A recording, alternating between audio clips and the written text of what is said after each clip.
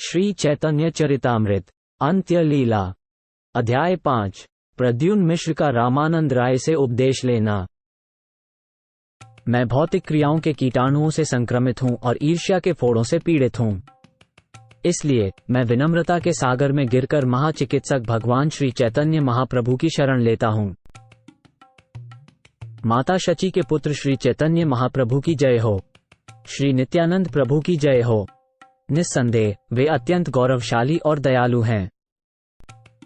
मैं कृपा के सागर एवं भक्तों के भगवान अद्वैत प्रभु को और साथ ही स्वरूप दामोदर गोस्वामी, गदाधर पंडित, श्री रूप गोस्वामी तथा श्री सनातन गोस्वामी जैसे समस्त भक्तों को प्रणाम करता हूँ।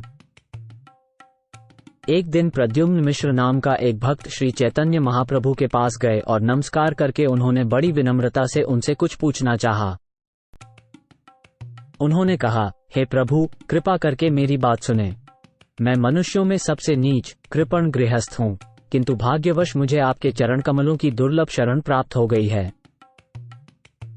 मैं सदा प्रभु कृष्ण की कहानियां सुनना चाहता हूँ। मेरी प्रार्थना है कि आप मुझ पर दया करें और मुझे कृष्ण के विषय में कुछ बताएं। श्री चैतन्य महाप्रभु ने उत्तर दिया, मैं कृष्ण से जुड़े प्रसंगों को नहीं जानता।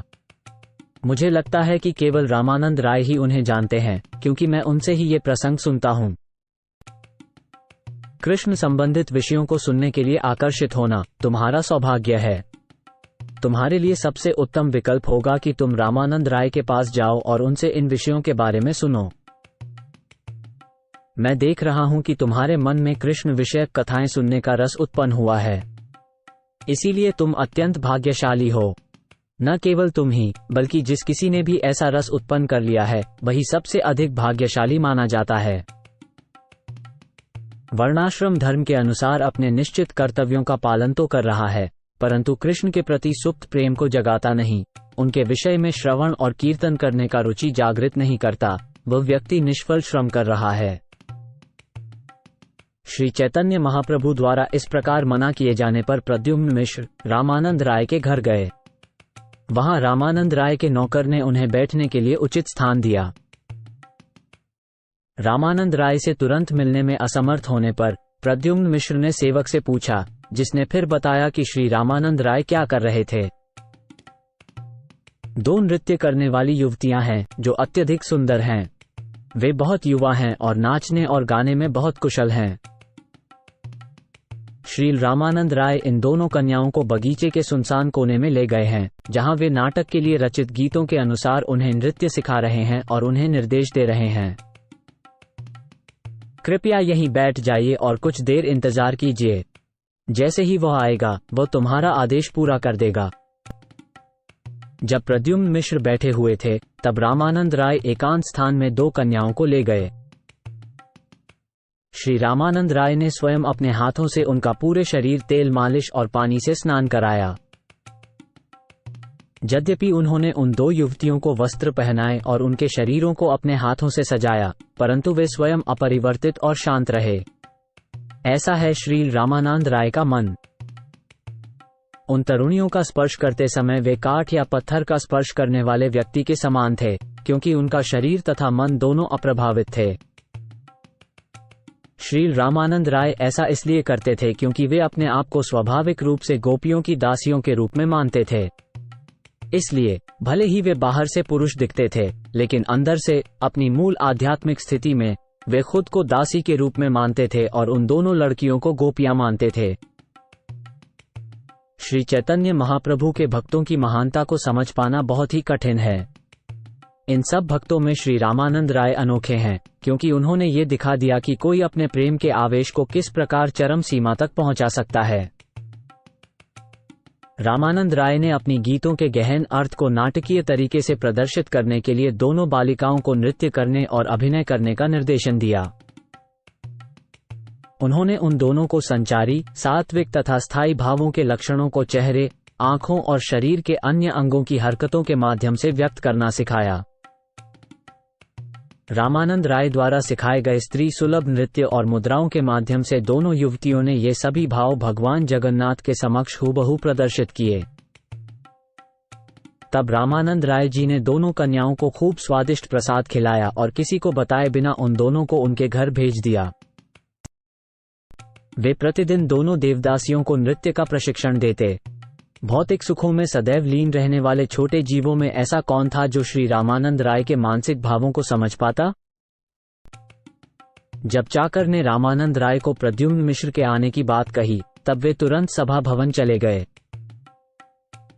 उन्होंने पूरे आदर के साथ प्रद्युम्न मिश्र को प्रणाम किया और उसके बाद बहुत ही विनम्रतापूर्वक इस प्रकार बोले, हे महानुभाव, आप काफी समय पहले यहाँ पधारे, पर मुझे किसी ने अवगत ही नहीं कराया, इसलिए अनजाने में ही मैं आपके चरणों का अपराधी बन गया हूँ। आपके पधारने से मेरा पूरा घर पवित्र हो गया है। कृपा करके मुझे आज्ञा दें। मैं आपके लिए क्या कर सकता हूँ? मैं आपका दास हूँ।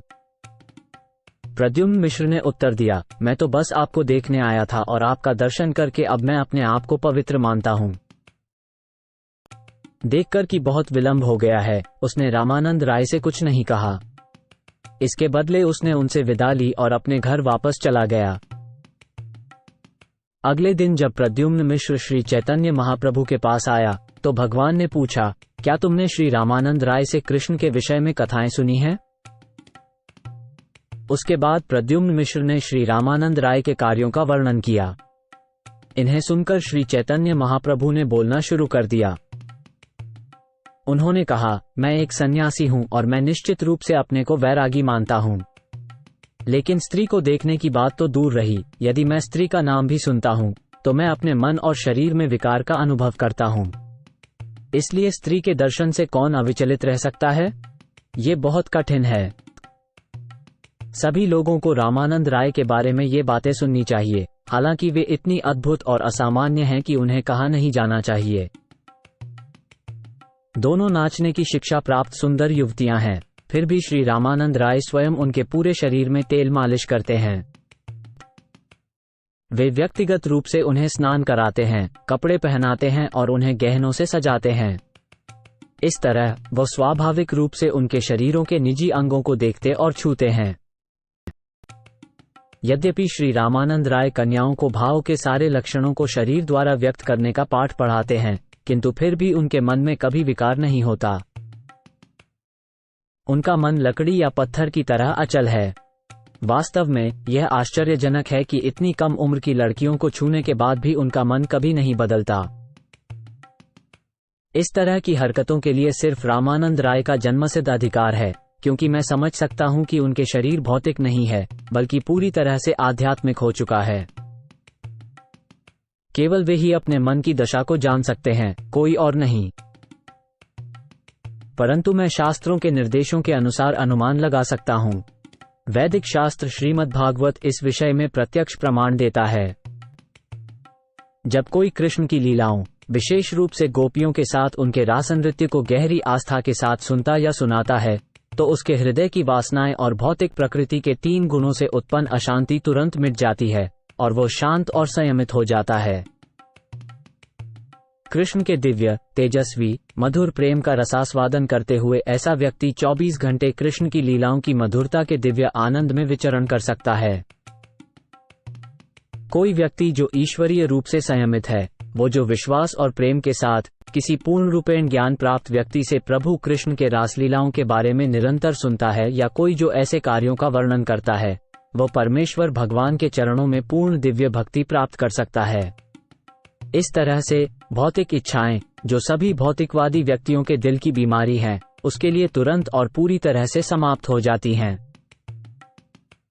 श्रील रूप गोस्वामी के पद चिन्हों पर चलते हुए, यदि कोई दिव्य स्थिति प्राप्त व्यक्ति कृष्ण के रासलीला के बारे में सुनता और कहता है और अपने मन में भगवान की दिन रात सेवा करते हुए हमेशा कृष्ण के विचारों में डूबा रहता है, तो उसे जो फल मिलेगा, उसके बारे में मैं क्या कह सकता हूँ? यह आध्यात्मिक रूप से इतना महान है कि शब्दों द्वारा इसे व्यक्त नहीं किया जा सकता। ऐसा व्यक्ति भगवान का नित्य मुक्त संगी होता है और उसका शरीर पूर्णतः आध्यात्मिक होता है। हालांकि वो भौतिक आंखों को दिखाई देता है, किंतु वो आध्यात्मिक स्थिति पर बना रहता है और उसके सभी कार्य आध्यात्मिक होते हैं। कृष्ण की इच्छा से ऐसे भक्त को आध्यात्मिक शरीर प्राप्त हुआ माना जाता है। श्री रामानंद राय कृष्ण भक्तिपूर्ण प्रेम के मार्ग पर स्थित हैं। इसी कारण वे अपने आध्यात्मिक स्वरूप में हैं और उनका मन भौतिक रूप से प्रभावित नहीं है। मैं भी रामानंद राय से कृष्ण के बारे में कहानियां सुनता हूं। अगर तुम ऐसी कहानियां सुनना चाहते हो तो उनके पास फिर जाओ। आप उनके सामने मेरा नाम लेकर यह कह सकते हैं कि उन्होंने कृष्ण के बारे में आपसे सुनने के लिए मुझे भेजा है। जब तक वे सभा कक्ष में हैं, तू तुरंत चला जा। इतना सुनते ही प्रद्युम्न मिश्र तुरंत चल पड़े। प्रद्युम्न मिश्र रामानंद राय के पास गए, जिन्होंने प्रेम से प्रणाम किया और कहा, कृपया आज्ञा दें, आप किस लिए आए हैं? प्रद्युम्न मिश्र ने उत्तर दिया, श्री चैतन्य महाप्रभु ने मुझे आपके पास कृष्ण कथाएं सुनने के लिए भेजा है। ये सुनकर रामानंद राय प्रेम के आनंद में डूब गए और अति दिव्य हर्ष से भरकर बोलने लगे। श्री चैतन्य महाप्रभु के निर्देश का अनुसरण करते हुए आप कृष्ण के विषय में सुनने के लिए आए हैं। यह मेरा बहुत बड़ा सौभाग्य है, अन्यथा मुझे ऐसा अवसर कैसे मिलता? ये कहते हुए श्री रामानंद राय प्रद्युम्न मिश्र को एक सुनसान जगह में ले गए और उनसे पूछा, आप मुझसे किस तरह की कृष्ण कथा सुनना चाहते हैं? प्रद्युम्न मिश्र ने उत्तर दिया, कृपया मुझे वही कथाएं सुनाएं जो आपने विद्यानगर में कही थीं। आप तो खुद श्री चैतन्य महाप्रभु के मार्गदर्शक हैं, तो दूसरों के बारे में कहने की क्या जरूरत है?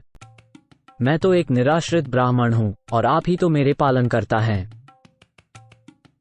मुझे ज्ञान में कमी दिखाई दे रही है, इसलिए आप अपनी मर्जी से मेरे लिए जो अच्छा हो उसी को बोलिए। तत्पश्चात रामानंद राय ने क्रमशः भगवान श्री कृष्ण की लीलाओं और गुणों का वर्णन करना शुरू कर दिया। इस प्रकार उन कथाओं के दिव्य रस से भरा सागर लहराने लगा। वे स्वयं प्रश्न पूछते थे और फिर निर्णयात्मक कथनों से उनका उत्तर देते थे। जब दोपहर हुई तो भी विषय समाप्त होने का नाम नहीं ले रहे थे। वक्ता और श्रोता प्रेम के वशीभूत होकर बोलते और सुनते रहे। इस तरह वे अपनी शारीरिक चेतना भूल गए। तो फिर वे दिन के अंत का आभास कैसे कर सकते थे? सेवक ने उन्हें सूचना दी, दिन ढल चुका है। तब रामानंद राय ने कृष्ण कथा समाप्त कर दी।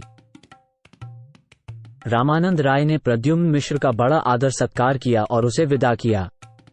प्रद्युम्न मिश्र ने कहा, मैं बहुत ही प्रसन्न हूं। इसके बाद वो नाचने लगा। प्रद्युम्न मिश्र ने घर वापस आकर स्नान और भोजन किया। शाम के समय वो श्री चैतन्य महाप्रभु के चरण कमलों का दर्शन करने के लिए आए। अत्यधिक प्रसन्नता से उसने श्री चैतन्य महाप्रभु के चरण कमलों की पूजा की। महाप्रभु ने पूछा, क्या तुमने कृष्ण कथाएं सुनी? प्रद्युम्न मिश्र ने कहा, हे प्रभु, आपने मुझ पर बड़ी कृपा की है, क्योंकि आपने कृष्ण कथा के अमृत सागर में मुझे डुबो दिया है। मैं रामानंद राय के प्रवचनों का ठीक से वर्णन नहीं कर सकता, क्योंकि वे कोई साधारण व्यक्ति नहीं हैं। वे भगवान की भक्ति में पूर्ण रूप से समर्पित हैं। एक अन्य बात भी रामानंद राय ने मुझसे कही, तुम मुझे इन कृष्ण कथाओं का कथन करता मत मानना। मैं जो भी कहता हूं वो मानो प्रत्यक्ष श्री चैतन्य महाप्रभु ही बोलते हैं। मैं एक वीणा की तरह हूं, जिस पर वो स्वयं अपना वादन करते हैं और मैं वही बोलता हूं। इस प्रकार से प्रभु मेरे मुख के द्वारा कृष्ण भावनाओं की उपासना को प्रचारित करते हैं। संसार में ऐसा कौन है जो प्रभु की इस लीला के बारे में समझ सकेगा? मैंने रामानंद राय से बातचीत में वो सुना जो कृष्ण कथाओं के अमृत सागर के समान था। ये इतनी गहरी बातें थीं कि ब्रह्मा और उनके जैसे अन्य देवता भी सबको नहीं समझ सके। हे प्रभु, आपने मुझे कृष्ण कथा के इस पालौकिक अमृत का पान कराया है, इसलिए मैं जन्मों जन्मांतर के लिए आपके चरण कमलों का दास बन गया हूं। श्री चैतन्य महाप्रभु ने कहा, रामानंद राय महान विनयशीलता के सागर हैं, इसलिए उन्होंने अपने शब्दों को किसी और की बुद्धि को बता दिया। जो लोग भक्ति में उन्नत हैं, उनके लिए यह एक स्वाभाविक विशेषता है। वे अपने गुणों का खुद बखान नहीं करते। रामानंद राय के दिव्य गुणों का मैंने सिर्फ एक अंश ही व्यक्त किया है, जो प्रद्युम्न मिश्र को उपदेश देते समय प्रकट हुए थे। यद्यपि रामानंद राय गृहस्थ थे, फिर भी वे 6 प्रकार के शारीरिक परिवर्तनों से प्रताड़ित नहीं थे। हालांकि वे धन संपत्ति में लिप्त दिखाई पड़ते थे, परंतु उन्होंने सन्यासियों को भी उपदेश दिए। कृष्ण विषयक चर्चाओं को सुनने के लिए प्रद्युम्न मिश्र का श्री रामानंद राय के पास जाना वास्तव में श्री रामानंद राय के दैवी गुणों की अभिव्यक्ति के लिए ही श्री चैतन्य महाप्रभु ने कराया था। पूर्ण पुरुषोत्तम भगवान श्री चैतन्य महाप्रभु अपने भक्तों के गुणों को प्रकट करना अच्छी तरह से जानते हैं, इसलिए वे एक कलाकार की तरह इसे अनेक प्रकार से प्रदर्शित करते हैं और इसे अपना निजी लाभ मानते हैं। श्री चैतन्य महाप्रभु का एक और भी गुण है। हे भक्तों, कान लगाकर सुनो कि वे अपना ऐश्वर्य और गुण किस प्रकार प्रकट करते हैं, यद्यपि वे बहुत ही गूढ़ हैं। तथाकथित सन्यासियों और विद्वानों के झूठे अभिमान को नष्ट करने के लिए वह शूद्र या नीच कुल के व्यक्ति के माध्यम से भी वास्तविक धार्मिक सिद्धांतों का प्रसार करते हैं। श्री चैतन्य महाप्रभु ने निम्न वर्ण में जन्मे हुए गृहस्थ रामानंद राय को वक्ता बनाकर भक्ति, प्रेम एवं परम सत्य के बारे में प्रचार किया। इसके बाद स्वयं उच्च ब्राह्मण सन्यासी श्री चैतन्य महाप्रभु और शुद्ध ब्राह्मण प्रद्युम्न मिश्र दोनों रामानंद राय के श्रोता बने। श्री चैतन्य महाप्रभु ने हरिदास ठाकुर के माध्यम से भगवान के पवित्र नाम की महिमा का प्रदर्शन किया। हरिदास ठाकुर का जन्म एक मुस्लिम परिवार में हुआ था। इसी प्रकार उन्होंने सनातन गोस्वामी के माध्यम से भक्ति तत्व का प्रदर्शन किया, जिन्हें लगभग मुसलमान बना दिया गया था। वृंदावन के प्रेम और दिव्य लीलाओं का पूर्ण प्रदर्शन भगवान ने श्रील रूप गोस्वामी के माध्यम से भी करवाया। इस सब पर विचार करें तो भला कौन है जो श्री चैतन्य महाप्रभु की गूढ़ योजनाओं को समझ सके। श्री चैतन्य महाप्रभु के कार्य अमृत के समुद्र के समान है। इस समुद्र की एक बूंद भी तीनों लोकों को आप्लावित कर सकती है।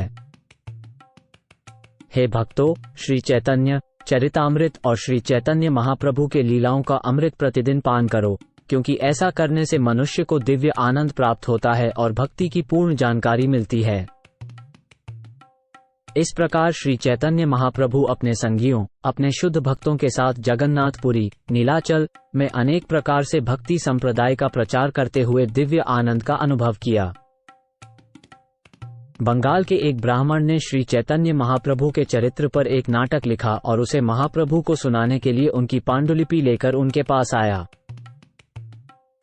ये ब्राह्मण श्री चैतन्य महाप्रभु के भक्त भगवान आचार्य को जानता था, इसलिए जगन्नाथपुरी में उनसे मिलने के बाद वो ब्राह्मण भगवान आचार्य के घर में रहने लगा।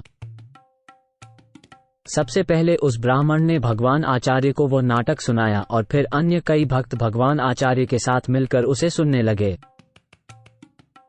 सब वैष्णव नाटक की स्तुति करके कहते थे कि यह बहुत ही उत्तम है।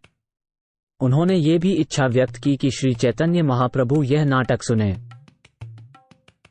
परंपरा ये थी कि जो कोई भी श्री चैतन्य महाप्रभु के विषय में कोई गीत, कविता, साहित्यिक रचना या कवि की रचना करता था, उसे पहले सुनने के लिए स्वरूप दामोदर गोस्वामी के पास लाना पड़ता था। यदि स्वरूप दामोदर गोस्वामी की अनुमति मिल जाती, तब उसे श्री चैतन्य महाप्रभु को सुनाया जाता।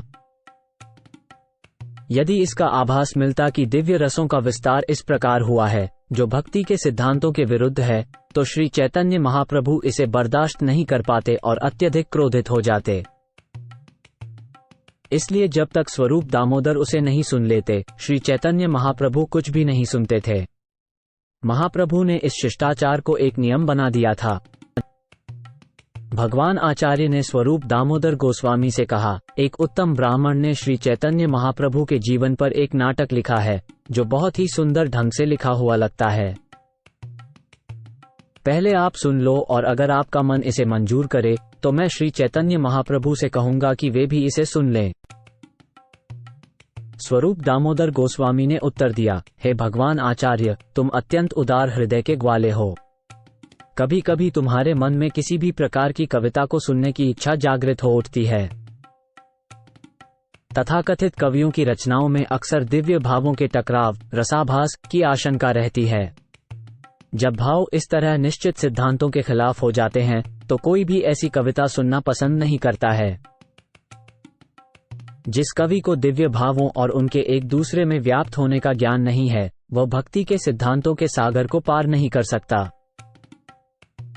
व्याकरण के नियमों, विशेष रूप से नाटकों में प्रयुक्त अलंकारों के ज्ञान से रहित और भगवान कृष्ण की लीलाओं का वर्णन करने की अक्षमता रखने वाले कवि को धिक्कार है। यही नहीं, श्री चैतन्य महाप्रभु की लीलाओं को समझना विशेष रूप से कठिन है। वही व्यक्ति भगवान कृष्ण या श्री चैतन्य महाप्रभु की लीलाओं का वर्णन कर सकता है जिसने श्री चैतन्य महाप्रभु के चरण कमलों को अपने जीवन और आत्मा के रूप में स्वीकार कर लिया हो। जिस व्यक्ति को दिव्य ज्ञान नहीं है और जो केवल स्त्री पुरुष के संबंधों के बारे में लिखता है, उसकी कविता सुनकर दुख उत्पन्न होता है, जबकि प्रेम में डूबे भक्त के शब्दों को सुनकर अपार खुशी मिलती है। रूप गोस्वामी ने नाटक रचना की एक ऊंची मिसाल कायम की है। अगर कोई भक्त उनके 2 नाटकों की शुरुआत वाले हिस्सों को सुनता है तो उसे अपार आध्यात्मिक सुख का अनुभव होता है। स्वरूप दामोदर द्वारा इस प्रकार समझाने के पश्चात भी भगवान आचार्य ने निवेदन किया, कृपया एक बार तो यह नाटक सुन लो। यदि आप सुनोगे तभी विचार कर पाओगे कि यह अच्छा है या बुरा। लगातार 2-3 दिन तक भगवान आचार्य ने स्वरूप दामोदर गोस्वामी से कविता सुनने की इच्छा व्यक्त की। उनके बार बार के अनुरोधों से स्वरूप दामोदर गोस्वामी ने बंगाल के ब्राह्मण द्वारा रचित कविता को सुनने की इच्छा व्यक्त की। स्वरूप दामोदर गोस्वामी अन्य भक्तों के साथ काव्य श्रवण के लिए बैठे हुए थे और तब कवि ने परिचयात्मक श्लोक पढ़ना प्रारंभ किया। पूर्ण पुरुषोत्तम भगवान ने सुनहरा रूप धारण कर लिया है और जगन्नाथ नामक शरीर के आत्मा बन गए हैं, जिनके प्रस्फुटित कमल के समान नेत्र अत्यंत विशाल हैं। इस प्रकार वे जगन्नाथपुरी में प्रकट हुए हैं और उन्होंने जड़ पदार्थों में चेतना का संचार किया है। श्री कृष्ण चैतन्य देव आप सभी को सौभाग्य प्रदान करें। जब उपस्थित लोगों ने ये श्लोक सुना तो सभी ने कवि की प्रशंसा की, लेकिन स्वरूप दामोदर गोस्वामी ने उससे अनुरोध किया, कृपया इस श्लोक की व्याख्या कीजिए। कवि ने ये कहा है कि जगन्नाथ जी बहुत ही सुंदर शरीर हैं और श्री चैतन्य महाप्रभु जो कि बहुत धीर हैं, उनकी आत्मा उस शरीर की स्वामी है। श्री चैतन्य महाप्रभु यहाँ नीलांचल जगन्नाथपुरी में भौतिक दुनिया को आध्यात्मिक बनाने के लिए अवतरित हुए हैं। ये सुनकर वहां उपस्थित सभी लोग बहुत खुश थे, किंतु स्वरूप दामोदर जो अकेले ही दुखी थे, बड़े क्रोध से बोलने लगे। उन्होंने कहा, तुम मूर्ख हो, तुमने खुद ही अपने नाश को आमंत्रित किया है, क्योंकि तुम्हें न तो 2 भगवानों जगन्नाथ देव और श्री चैतन्य महाप्रभु की जानकारी है और न ही उन पर तुम्हारी आस्था है। भगवान जगन्नाथ पूर्णतः आध्यात्मिक हैं और दिव्य आनंद से परिपूर्ण हैं, परंतु आपने उनकी तुलना एक निष्क्रिय नष्ट होने वाले शरीर से की है जो भगवान की बाहरी जड़ ऊर्जा से बना है।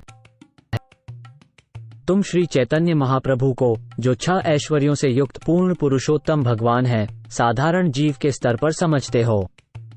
उन्हें परम अग्नि के रूप में जाने बिना तुमने उन्हें एक स्फुलिंग मान लिया है। स्वरूप दामोदर ने कहा, क्योंकि तुमने भगवान जगन्नाथ और श्री चैतन्य महाप्रभु का अपमान किया है, इसलिए तुम नरक में जाओगे। तुम्हें परम सत्य का वर्णन करना नहीं आता, फिर भी तुमने ऐसा करने की कोशिश की है, इसलिए तुम लानत के पात्र हो। तुम्हें इस समय भ्रम हो रहा है, जिसके कारण तुम भगवान जगन्नाथ या श्री चैतन्य महाप्रभु के शरीर और आत्मा के बीच भेद कर रहे हो। यह एक बहुत बड़ा अपराध है। पूर्ण पुरुषोत्तम भगवान के शरीर और आत्मा में कभी भी कोई अंतर नहीं होता है। उनका स्वरूप और उनका शरीर आनंदमय आध्यात्मिक शक्ति से बना है, उनमें कोई भेद नहीं है। पूर्ण पुरुषोत्तम भगवान के शरीर तथा आत्मा में कोई भेद नहीं होता, अर्थात ये दोनों सर्वदा एक ही होते हैं। हे मेरे प्रभु, मैं आपके इस शाश्वत आनंद तथा ज्ञानमय रूप से श्रेष्ठ कोई अन्य रूप नहीं देखता हूँ। आध्यात्मिक आकाश में आपके अवैयक्तिक ब्रह्मा ज्योति में कभी कभार परिवर्तन नहीं होता है और आंतरिक क्षमता में कोई अवनति नहीं होती है। मैं आपके प्रति समर्पण करता हूँ, क्योंकि जबकि मुझे अपने भौतिक शरीर और इंद्रियों पर गर्व है, आपका प्रभुत्व ही लौकिक अभिव्यक्ति का कारण है। फिर भी आप पदार्थ से अछूते हैं। जहाँ दिव्य आनंद से परिपूर्ण 6 पूर्ण आध्यात्मिक संपदाओं से युक्त और भौतिक शक्ति के स्वामी परम सत्य पूर्ण पुरुषोत्तम भगवान श्री कृष्ण हैं, वहीं दूसरी ओर छोटी सी सीमित आत्मा है जो सदैव दुखी रहती है और भौतिक शक्ति की दास है। पूर्ण पुरुषोत्तम भगवान परम नियंता सदैव दिव्य आनंद से भरे रहते हैं और उनकी हलादिनी और संवित नामक शक्तियां होती हैं। किंतु बद्धजीव सदैव अज्ञान से ढका रहता है और जीवन के 3 क्लेशों से परेशान रहता है। इस तरह वह सभी प्रकार के क्लेशों का भंडार होता है। यह व्याख्या सुनकर सभा के सभी सदस्य आश्चर्यचकित हो गए। उन्होंने स्वीकार किया कि स्वरूप दामोदर गोस्वामी ने सच्चे तथ्य का वर्णन किया है। इस बंगाल के ब्राह्मण ने भगवान जगन्नाथ और श्री चैतन्य महाप्रभु के बारे में गलत वर्णन करके अपराध किया है। जब बंगाली कवि ने स्वरूप दामोदर गोस्वामी की यह डांट सुनी तो वो शर्मिंदा, डरा हुआ और हैरान हो गया। वाकई में हंसों के बीच बगुले की तरह होने से वो कुछ भी नहीं बोल सका। कवि के दुख को देखकर अत्यंत दयालु स्वरूप दामोदर गोस्वामी ने उसे उपदेश दिया जिससे उसे कुछ लाभ हो सके। उन्होंने कहा, यदि आप श्रीमद्भागवत को समझना चाहते हैं तो किसी स्वरूप सिद्ध वैष्णव के पास जाइए और उनसे सुनिए। तब आप ऐसा कर सकते हैं जब आप श्री चैतन्य महाप्रभु के चरण कमलों में पूर्ण रूप से समर्पण कर देते हैं।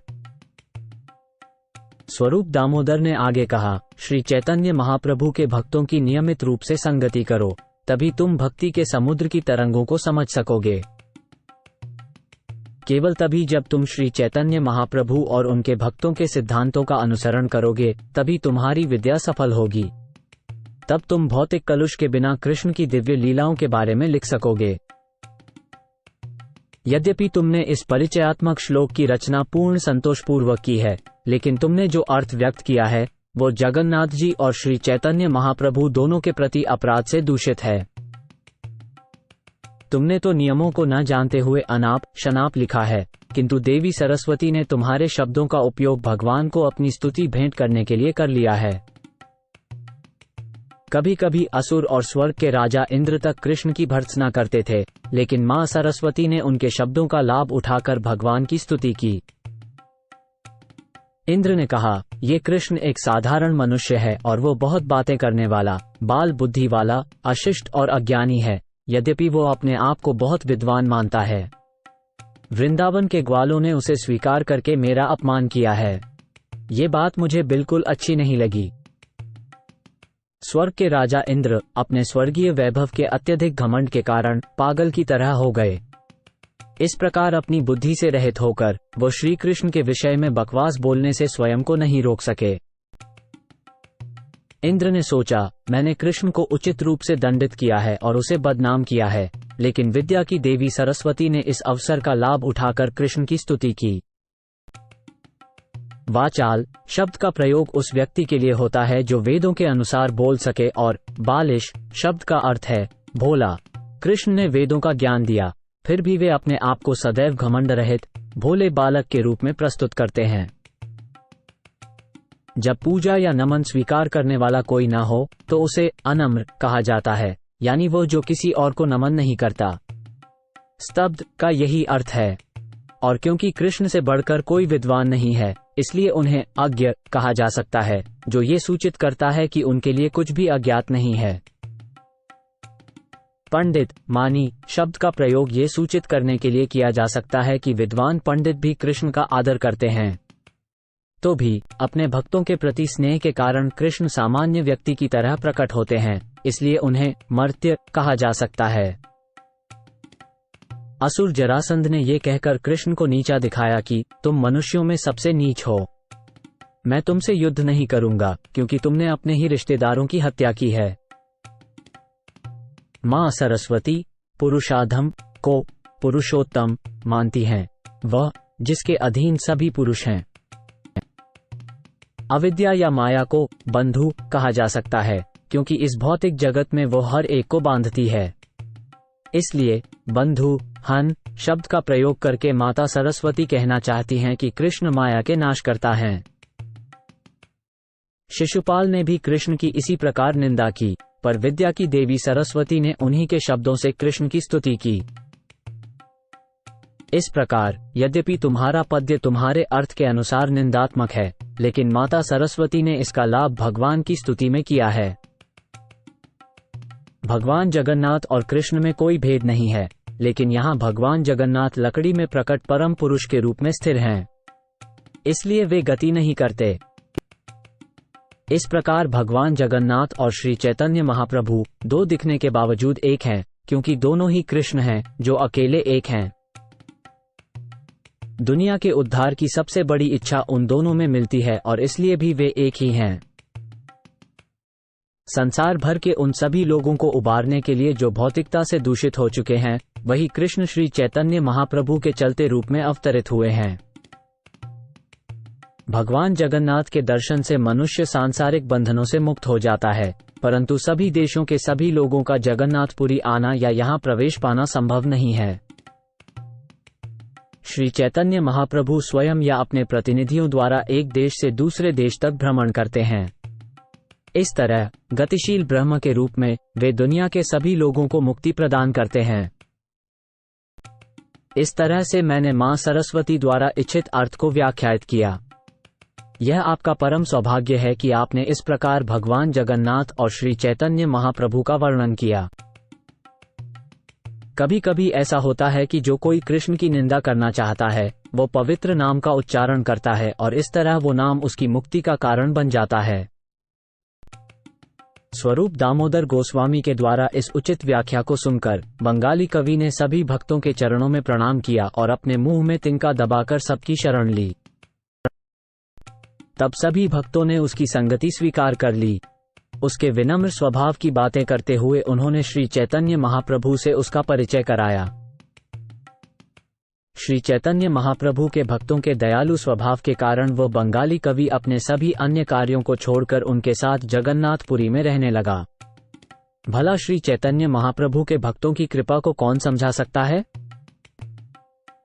मैंने प्रद्युम्न मिश्र की कथा का वर्णन किया है और साथ ही बताया है कि कैसे श्री चैतन्य महाप्रभु के आदेश का पालन करते हुए उन्होंने रामानंद राय द्वारा कही गई कृष्ण विषयक बातों को सुना। इस कथा के दौरान मैंने श्री रामानंद राय के गुणों का वर्णन किया है, जिनके जरिए श्री चैतन्य महाप्रभु ने स्वयं कृष्ण के प्रति प्रेम की सीमाओं को समझाया था। कथा के दौरान मैंने बंगाली कवि के नाटक के बारे में भी बताया है। यद्यपि वह अज्ञानी था, लेकिन अपनी श्रद्धा और दीनता के कारण उसने श्री चैतन्य महाप्रभु के चरण कमलों की शरण प्राप्त की। श्री कृष्ण चैतन्य महाप्रभु की लीलाएं अमृत की सार हैं। उनकी एक लीला की धारा से सैकड़ों हजारों शाखाएं बहती हैं। श्रद्धा व प्रेम के साथ इन लीलाओं को पढ़ने और सुनने वाला व्यक्ति भक्ति, भक्तवत्सल और श्री चैतन्य महाप्रभु की लीलाओं के दिव्य रसों की सच्चाई को समझ सकता है। श्री रूप तथा श्री रघुनाथ के चरणों में प्रार्थना करते हुए और उनकी दया की सदैव इच्छा रखते हुए मैं कृष्णदास उनके पदचिन्हों पर चलकर श्री चैतन्य चरितामृत का वर्णन करता हूँ।